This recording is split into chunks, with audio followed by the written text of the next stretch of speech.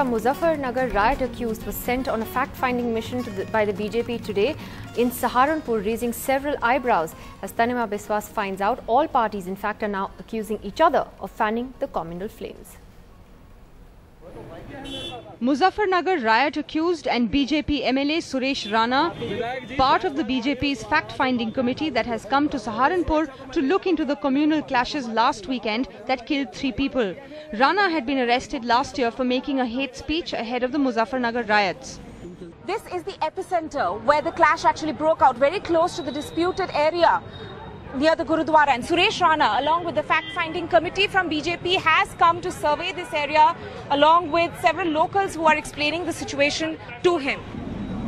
The BJP blames the local administration for shielding those responsible. पश्चिम उत्तर प्रदेश के अंदर ऐसा है जहां भी सांप्रदायिकता की घटना होती है उसका निश्चित रूप से हस्तक्षेप रहता है।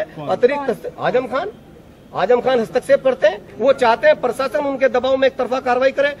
But the ruling Samajwadi Party says it is the BJP that is trying to fan more trouble. पूरे प्रदेश में सांप्रदायिकता की आग वो फैला रहे हैं, सांप्रदायिकता वो करा रहे हैं। अपने एमपीज को इंस्ट्रक्शन देते हैं कि जाओ कांठ में बवाल करो। The riot in Saharanpur over a disputed piece of land between Sikh and Muslim groups is being seen as a one-off incident in the city which has never witnessed communal tension before.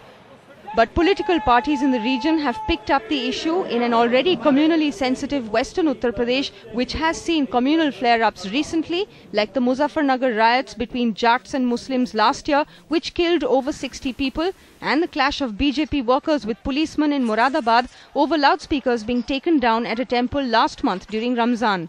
A curfew has still not been lifted in Saharanpur. Despite the risks involved, local administration allowed Suresh Rana and his team to enter the city for 3 hours.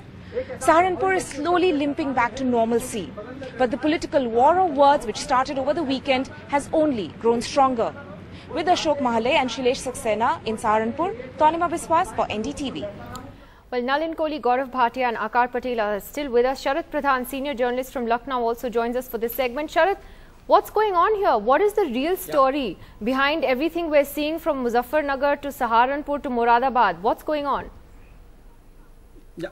You know, if you look at the sequence of events, it is becoming pretty evident that there is some kind of a tacit understanding, undeclared pact between the BJP and the Samajwadi Party. Because the way it is being systematically, it is the whole heading towards polarization of the Hindu and the Muslim vote.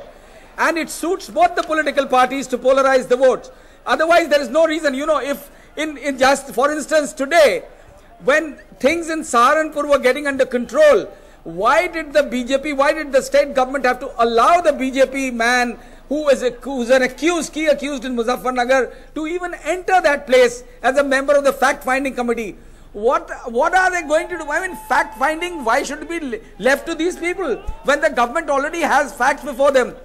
It was a prompt action taken by the state government initially that they sent some officers with impeccable reputation to handle the situation, and the situation came almost under control. And today this guy goes there, and this is bound to again flare up the situation. And I feel that, very systematically BJP keeps accusing Azam Khan of things with which Azam Khan has nothing whatsoever to do. And likewise, the BJP continues to accuse their people, whereas no action on ground, concrete action is taken to prevent such things. Okay, that's a very, very controversial thing you said of an undeclared pact, and I'll get the politicians to respond. But Akar, do you agree with that assessment that Sharat has about what's really going on in UP at the moment? Do you see it as an tacit understanding? Because actually it's not the first time it's been raised, if I'm not mistaken. Even earlier, when the VHP was trying to take out yatras in Uttar Pradesh, that time also it was believed that Mulayam Singh Yadav had met top VHP leaders, and there was some kind of a backroom deal then as well. Akar. Absolutely, backroom deals. Yeah. Sharat knows much more than I do about the state. In this specific instance, I would say that he's wrong, that I don't think that given the background of the last 8 months, the Yadavs would attempt to do anything like this. The vote in UP already stands polarized. I don't think the Yadavs have won anything from it. They got a hammering in the Lok Sabha. It doesn't suit them to play this game any further. Why it is, despite that they actually allowed somebody like this man to get in the city today, I don't know. Perhaps it was that they didn't want to antagonize the BJP further, or to let them have the opportunity of saying, you know, that this is being done against us. I don't know. I think that the BJP ought to have been a little more careful in the sort of person it chose, in the sort of team it chose, but knowing their history, we can expect that they will be up to mischief in times like this. We can't put it beyond the BJP to have deliberately chosen such a man. Okay, well, two different points of view from our commentators tonight. Gaurav Bhatia, I'll first take you to what Sharad Pradhan has said, that there is an undeclared pact between your party and the BJP to deliberately polarize the Hindu and Muslim vote. I do not agree with what Mr. Sharad Pradhan is saying, that there is a tacit understanding between the SP and the BJP. And I think what Akar said is quite correct, that for any government or ruling dispensation, if there is a riot, it's like a blot on your governance. And even during the Muzaffarnagar riots, the state did whatever it could to control the riots and then take stern action. What has been happening in, be it Muzaffarnagar, then Muradabad, and also in other parts of the state, clearly shows that the BJP is trying to communalize the atmosphere in the state. Rather than punishing the MLAs and public servants of the party for their wrong deeds. Why did you allow this fact-finding committee to go there today? Why did the state government allow that? Led by a riot I will answer that. Just let me complete my point. I am saying that rather than punishing the MLAs and MPs of the party who are trying to communalize, and especially when they are charge sheeted as of now, I am talking about Mr. Sangeet Som and Suresh Rana, they encourage them to visit such parts like Muradabad and to incite communal feelings. So that should not be done.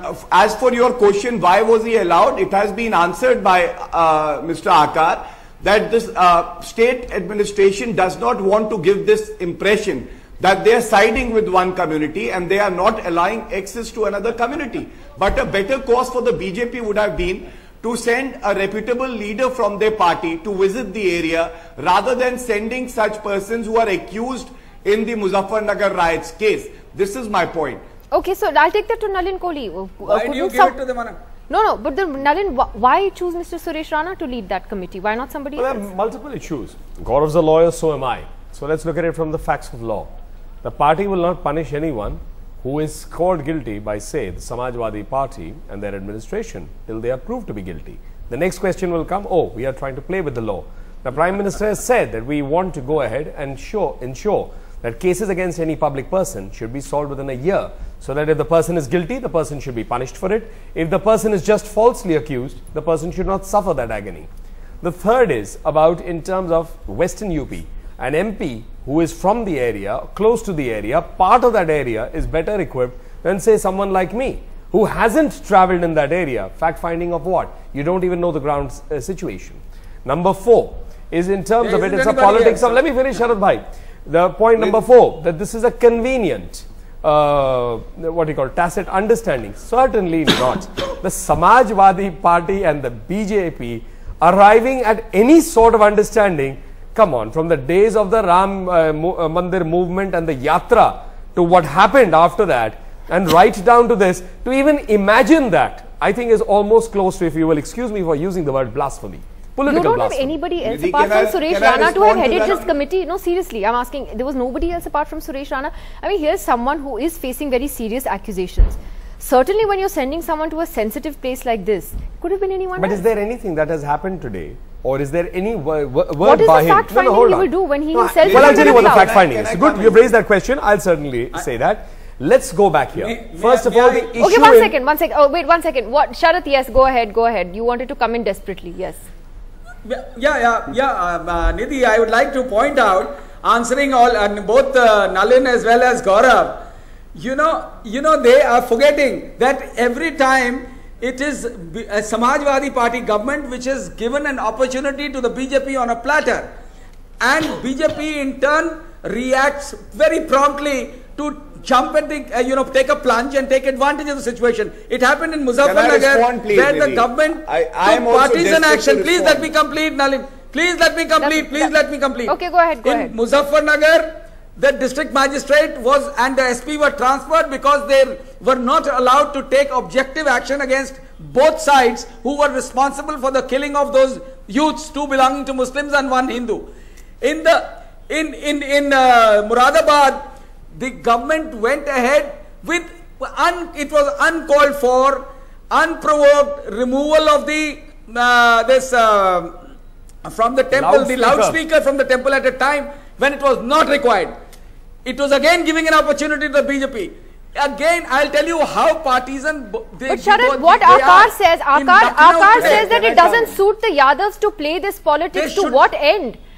Why would they do it? Why would they enter? Aakar is right. It should not. That is why it is mind-boggling why they are doing it. They are desperate because they cannot. They don't think of any other thing other than polarization. Okay, Gaurav They are not thinking of good governance. Gaurav Bhatia, is it a last desperate attempt? They are only is that thinking what in it terms is? of polarizing. Nidhi, I would just like to respond to what Mr. Sharad said first. He's forgetting how promptly the administration acted and ensured that there is no law and order situation in Muradabad. It was the administration that came down heavily on the VHP leaders during the 84 Kos Parikrama Yatra and ensured that there is no law and order situation. So therefore, it is not right to say that the SP is serving opportunities to the BJP on a platter. Responding to Mr. Nalin Kohli, he's right when he says that a person is tried in a court of law and then adjudged guilty. But when a charge sheet is filed, he would be well aware that there is substantial evidence. This is not a court of law. Sharadji, I am responding to Mr. Kohli. Can I just complete my sentence, please? Okay. Yes. Okay. I am only saying that it is one thing to say that the person is not guilty, but if there is enough evidence and a charge sheet has been filed, is he a suitable person who should be sent on a fact-finding mission, and especially in a region which is sensitive, where he has himself been involved in a riot? That is the question. Well, Sharadji has raised the point, and essentially the point he's raising. Sharad, one sec, yeah. The point that Sharadji is raising essentially has to do with the failure of governance and basically partisan administrative action. And that's the cause. And if he says they are giving it on a platter to the BJP, I think the question he's really pointing is to the Samajwadi Party, which is lack of governance. The second part is about the charge sheet. I'm also questioning the BJP. Well, hang on, sir. Second part is about what Gaurav Bhatia ji is saying. That of course I know a charge sheet is filed, but you didn't have any prosecutable or any credible evidence to hold back the same Sanjeet Som and Mr. Rana under the various provisions when they eventually got bail. Because you did not have the evidence to make it convince a person, you could hold them in that Gunda Act or NSA Act that you have.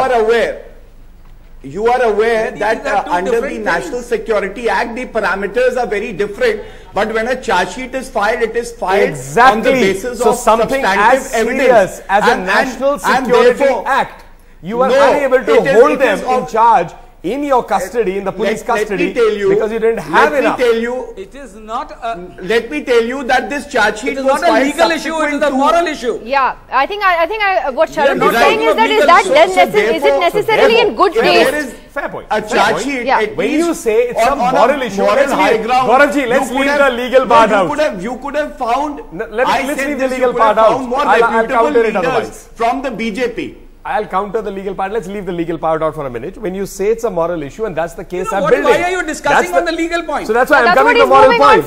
So therefore I'm saying, Sharadji, when you say it's a moral issue, that's exactly my point. You file a false charge sheet against me, you hold me and say that this is the perception.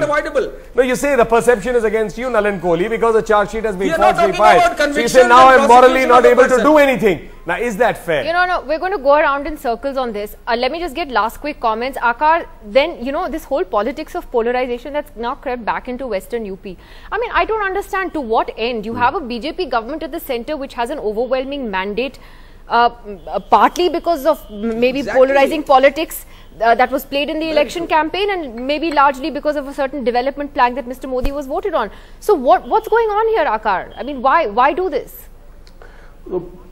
Nidhi, politics is not about the last election you fought. It's about the next one. And I don't think that we should expect the BJP or the Samajwadi Party or the Congress to behave in any different fashion than they have all these decades.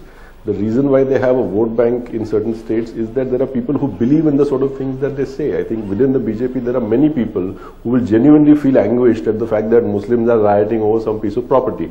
There are Muslims in UP who are convinced, and rightly so, that India has legitimized and validated mob rule, and if you are violent and if you take over somebody else's property, the Supreme Court will validate it, they will legitimize it. They are right to feel anguished as well. As a state, we have failed them. I think that for the BJP, it's time to be careful. You've got 282 seats, you've got power for 5 years. I don't think UP is going to slip away from their hands in 2 or 3 years' time whenever the poll comes. They ought not to be getting into the sort of things they have in the past in their state.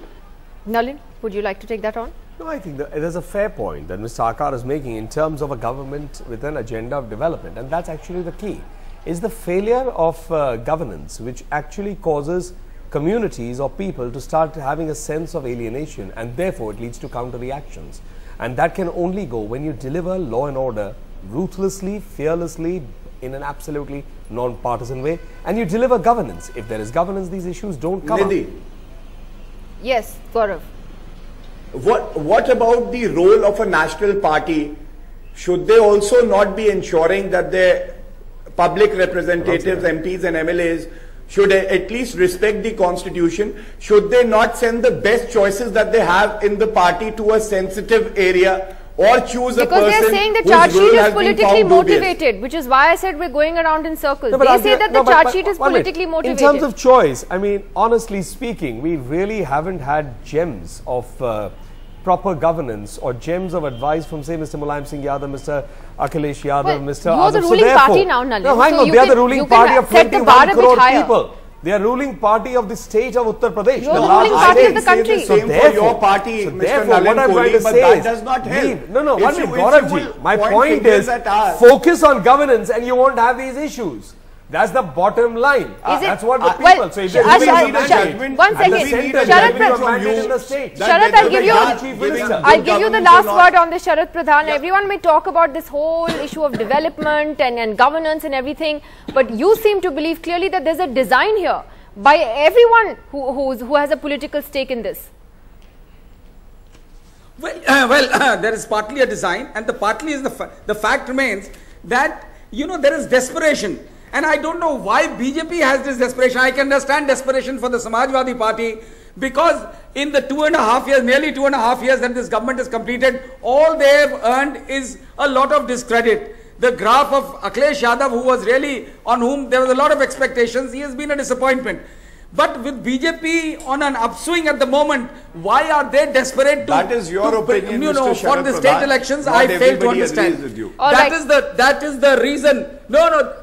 That is the problem, that there is desperation on both sides, and they know that they are going to be the main players in this election. There is no desperation on and this card could once again work because there is no other. Okay. There's nothing else that they are looking up to. I have to leave it at that tonight. Unfortunately, I think this is not the last that we're discussing as when it comes to the communal situation in Western UP. Thank you very much to all of you, though, for joining us tonight with some perspective on what's going on there.